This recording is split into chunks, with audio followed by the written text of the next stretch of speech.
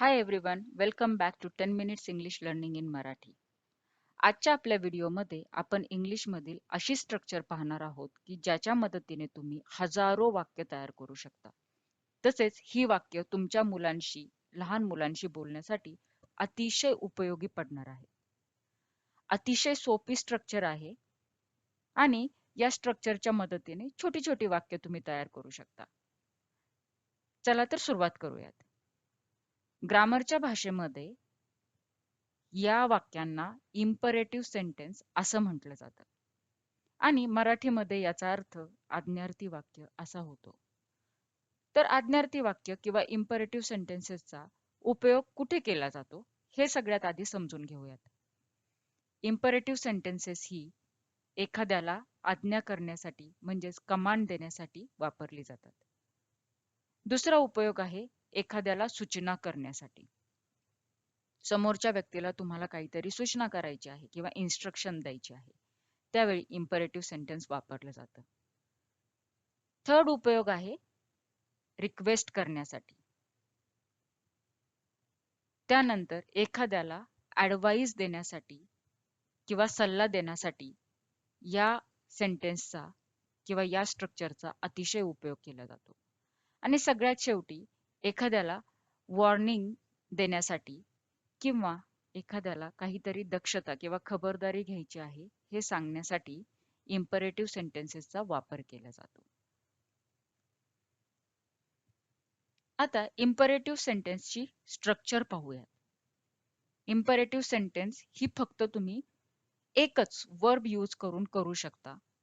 त्यासाठी तुम्हाला वर्बचं पहिलं रूप, first form of the verb किंवा only base form of the verb use करावं लागतं. दुसरी स्ट्रक्चर आहे base form of the verb plus object, म्हणजेच तुमच्या क्रियापदाचं किंवा वर्बचं पहिलं रूप आणि ऑब्जेक्ट असेल ते तुम्हाला यूज करावं लागतं. आता आपण याची अनेक उदाहरणं पाहणार आहोत ज्याच्यावरून तुम्हाला या दोन्ही स्ट्रक्चर लक्षात येतील आणि ते किती सोपं आहे यूज करायला हेही कळेल. ईट युअर फूड म्हणजेच जेवण कर. आता जर तुम्हाला एखादी पर्टिक्युलर वेळ सांगायची असेल, म्हणजेच की ब्रेकफास्ट, लंच किंवा डिनर, तर त्यावेळी तुम्ही eat your breakfast, eat your lunch, eat your dinner अशी वाक्य वापरू शकता. ब्रेकफास्ट म्हणजे सकाळची न्याहारी, लंच म्हणजे दुपारचं जेवण आणि डिनर म्हणजे रात्रीचं जेवण. ब्रश युअर टीथ, तुझे दात घास किंवा दात घास. Comb or brush your hair, केस विंचर. टेक ए बाथ, अंघोळ कर. वेअर युअर क्लोथ्स, कपडे घाल किंवा तुझा ड्रेस घाल. Put on your shoes, shoes घाल. आता मला एक सांगायचंय की याच्यामध्ये तुम्ही एकेरी किंवा आदरार्थी असं दोन्ही पद्धतीने बोलू शकता. म्हणजेच पुट ऑन युअर शूज म्हणजे जर तुम्हाला लहान मुलाला सांगायचं असेल तर शूज घाल असं आपण म्हणतो. परंतु जर एखादी व्यक्ती मोठी असेल आणि तुम्हाला आदरार्थी बोलायचं असेल तर त्यावेळी तुम्ही तुमचे शूज घाला असं सांगू शकता किंवा टेक अ बाथ म्हणजेच अंघोळ करा हे सांगू शकता. इंग्लिशमध्ये याच्यासाठी वेगळी अशी कुठलीही स्ट्रक्चर नाहीये, तर तुम्ही आदरार्थी आणि एकेरी ही दोन्ही वाक्य या सेंटेन्सेस मध्ये बोलू शकता. ड्रिंक मिल्क और ज्यूस, दूध पी किंवा juice P. Move back from the TV, हे अतिशय महत्वाचं वाक्य आहे आणि कितीतरी वेळा तुम्हाला तुमच्या मुलांना हे वापरावं लागत असेल. टीव्ही पासून मागे हो. Move back from the TV. Speak in a low voice, कमी आवाजात बोल. Turn on the TV, TV चालू कर. Turn off the TV, TV बंद कर. Turn up the TV volume, म्हणजेच टीव्हीचा आवाज वाढव किंवा मोठा कर. टर्न डाऊन द व्हॉल्यूम, टीव्हीचा आवाज कमी कर. टर्न डाऊन द व्हॉल्यूम हे सिच्युएशनल असतं. म्हणजे जर टीव्ही चालू असेल तर टीव्हीचा आवाज कमी कर, रेडिओ चालू असेल तर रेडिओचा आवाज कमी कर. आणि थोडक्यात तुम्हाला त्या परिस्थितीनुसार ते कळतं की तुम्ही कशाबद्दल बोलत आहात. म्हणून just turn down the volume. Come over here, इकडे ये. स्टडी फॉर सम टाइम, थोडा वेळ अभ्यास कर. किंवा तुम्हाला 2 मुलं असतील तर स्टडी फॉर सम टाइम म्हणजेच थोडा वेळ अभ्यास करा. Go to school on time, वेळेत शाळेत जा. Bring me a glass of water, म्हणजेच माझ्यासाठी एक ग्लास पाणी आण. Put your plate in the sink after your done eating, खाल्ल्यानंतर तुझे ताट सिंक मध्ये ठेव. फोल्ड युअर ब्लँकेट, चादरीची घडी घाल. फोल्ड द क्लोथ्स, कपड्यांच्या घड्या घाल. Get some milk from the shop, दुकानातून थोडे दूध आण.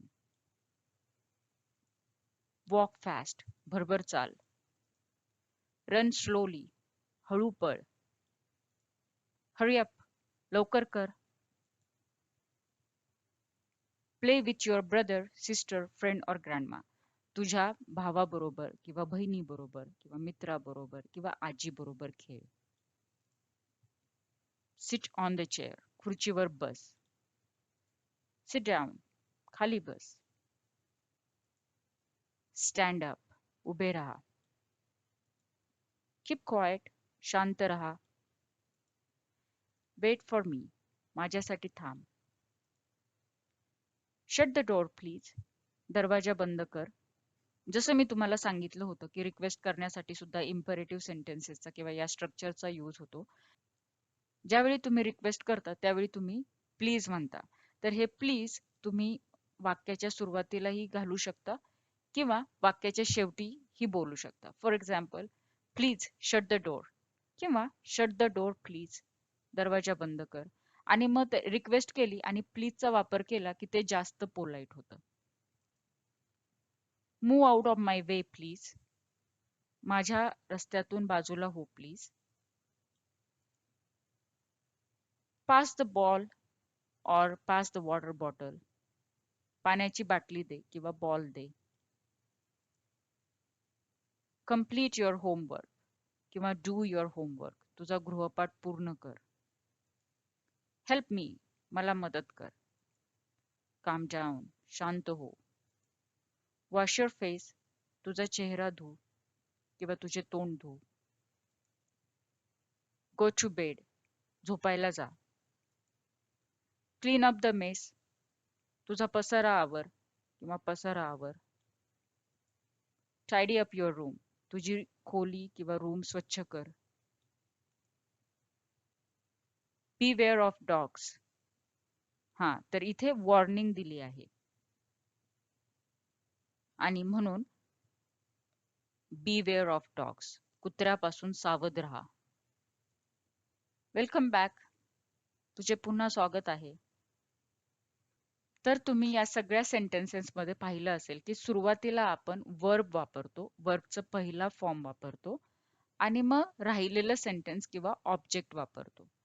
आणि काही वेळेला तुम्ही फक्त वर्ब वापरू शकता. फॉर एक्झाम्पल, लुक, कम,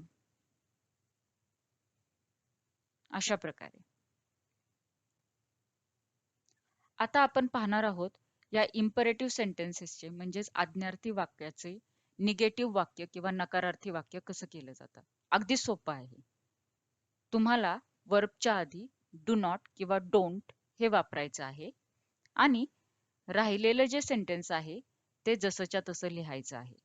म्हणजेच डोंट प्लस वर्बचा बेस फॉर्म किंवा पहिला फॉर्म आणि मग राहिलेलं वाक्य. सेंटेन्सेस पाहूयात. डोंट क्राय, रडू नकोस. डोंट शाउट, ओरडू नको. हे तुम्हाला अतिशय उपयोगी पडतं रोज. डोंट स्क्रीम, ओरडू नको. Don't spill the food while eating, जेवताना सांडू नकोस. Don't go out now. आत्ता बाहेर जाऊ नको. Don't eat ice cream. आईस्क्रीम खाऊ नको. Don't scribble on the wall. भिंतीवर लिहू नको. Don't laugh. हसू नको. Don't push me. मला ढकलू नको. Don't talk back to your mom और डॅड. म्हणजे तुझ्या आई वडिलांशी उलट बोलू नको. आता इम्परेटिव्ह सेंटेन्सेस आणि निगेटिव्ह इम्परेटिव्ह सेंटेन्सेस पाहिल्यानंतर मी तुम्हाला इम्परेटिव्ह सेंटेन्सेस ओळखायची कशी याबद्दल थोडक्यात सांगणार आहे. आणि हा पार्ट मेनली स्टुडंट्ससाठी आहे, कारण की त्यांना ग्रामरला अभ्यासाला इम्परेटिव्ह सेंटेन्सेस असतात. तर इम्परेटिव्ह सेंटेन्स हे मेनली वर्बने चालू होतात. इम्परेटिव्ह सेंटेन्सेस हे पिरियड म्हणजेच फुल स्टॉपने एंड होतात. आणि कधीतरी म्हणजे ज्यावेळी तुम्ही वॉर्निंग देता किंवा एखादं चिअरफुली तुम्ही एखादं सेंटेन्स यूज करता त्यावेळी एक्सक्लेमेशन मार्क म्हणजेच विस्मयकारक जे चिन्ह असतं ते तुम्ही वापरता.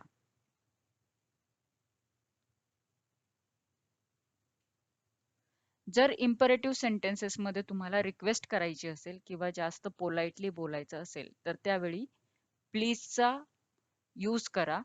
आणि तुम्ही प्लीज हे वाक्याच्या सुरुवातीला यूज करू शकता किंवा वाक्याच्या शेवटी वापरू शकता. आणि थोडक्यात इम्परेटिव्ह सेंटेन्सेस हे तुम्हाला जर एखाद्या व्यक्तीला किंवा समोरच्या व्यक्तीला काही सांगायचं असेल तर त्याचा वापर केला जातो. तुम्ही जर ही सगळी सेंटेन्सेस पाहिली असेल तर यातली जवळजवळ सगळेच सेंटेन्सेस आपण रोज वापरतो, दैनंदिन जीवनामध्ये वापरतो. आणि यातले बरेचशी वाक्य ही मुलांशी बोलण्यासाठी आहेत. So listen, practice, and use them. See you next time.